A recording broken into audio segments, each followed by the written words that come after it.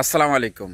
যারা ভারতের মেডিকেল ভিসার স্লট পেয়েছেন, ফাইল করছেন, সব কিছু রেডি করছেন, কিন্তু আইবেক সেন্টার গিয়া বিভ্রান্তির মাঝে পড়ছেন। আপনার সঠিক তথ্য না জানার কারণে যে সমস্যাটা ভোগান্তির মধ্যে পড়েন, সেই সমস্যার সমাধানের জন্য আজকের ভিডিওটা। আসসালামু আলাইকুম, আমি Mohammad Minhasuddin, Minhas the explorer channel থেকে আপনাদের সবাইকে স্বাগতম জানাচ্ছি। এরকম নতুন নতুন ভিডিও পেতে আপনারা অবশ্যই চ্যানেলটি সাবস্ক্রাইব করে রাখবেন। তো আজকে যে বিষয়টা কথা বলতেছি, আপনারা যে নিয়মে ভারতের মেডিকেল ভিসার আবেদন করা প্রয়োজন, সেই নিয়মে ভারতের মেডিকেল ভিসার আবেদন করছেন এবং সব কিছু রেডি করার পর যখন আইবেক সেন্টারে গেছেন, তখন একটা সমস্যার মধ্যে পড়ছেন। সমস্যাটা কী ধরনের হইতে পারে? যেমন ধরেন, ইদানিং যে সমস্যাটা হচ্ছে, এটা হচ্ছে ব্যাঙ্ক স্টেটমেন্ট নিয়ে।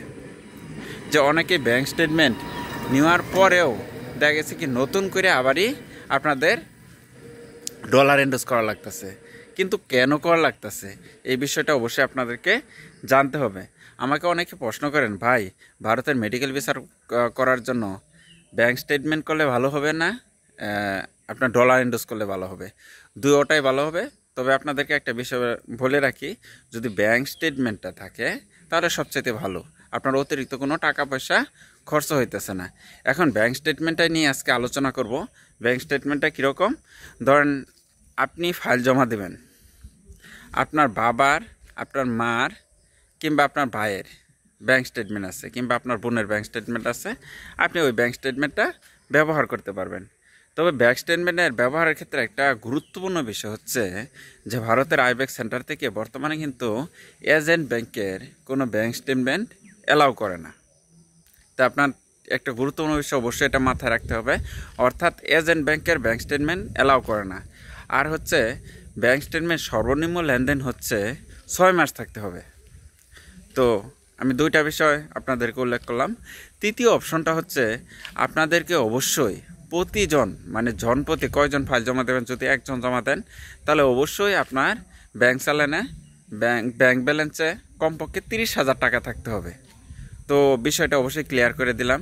আর যদি আপনার নিজের নামে ব্যাংকের অ্যাকাউন্ট থাকে, অবশ্যই ব্যাঙ্ক স্টেটমেন্টটা তুলবেন 6 মাসের।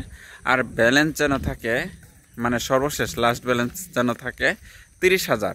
আর আপনার যদি 2জন জমা দেন তাহলে 60,000, 3জন জমা দেন তাহলে 90,000 টাকা, এরকম মানে স্টেটমেন্টটা তুলবেন। তো অনেকেই ওই আইবেক সেন্টারে গিয়া দেখা গেছে এজেন্ট ব্যাংকের ব্যাঙ্ক স্টেটমেন্ট নিয়ে যায়, 3 মাসের ব্যাঙ্ক স্টেটমেন্ট নিয়ে যায়, 2 মাসের ব্যাঙ্ক স্টেটমেন্ট নিয়ে যায়। নেওয়ার পরে দেখা গেছে কি একটা সমস্যার সম্মুখীন হয়, তখন জরুরি ভিত্তিতে বিকাশে অথবা নগদে টাকা নিয়ে ওইখানে ডলার ইনভেস্টমেন্ট করা লাগে।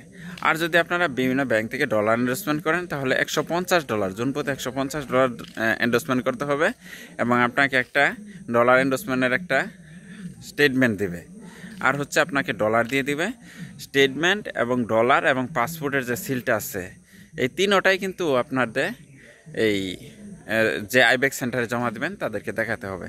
অর্থাৎ ডলার ইনভেস্টমেন্ট করলে, $150 ইনভেস্টমেন্ট করলে অবশ্যই আপনাকে $150 সাথে নিয়ে যেতে হবে।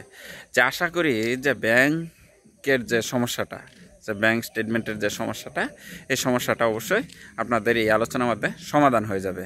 তো এই বিষয়গুলো অনেক সময় খেয়াল না থাকার কারণে গিয়ে জমা দেওয়ার সময় ফাইল রেডি করার পর ওকে সমস্যা হয়, অনেকেই ফাইল জমা দিতে পারে না, যা টাকা পয়সা ক্যাশ নাই, হাতে নাই, এরকম বিভিন্ন কারণে। তো আশা করি এই বিষয়গুলো অবশ্যই খেয়াল করবেন। সবাইকে অসংখ্য ধন্যবাদ।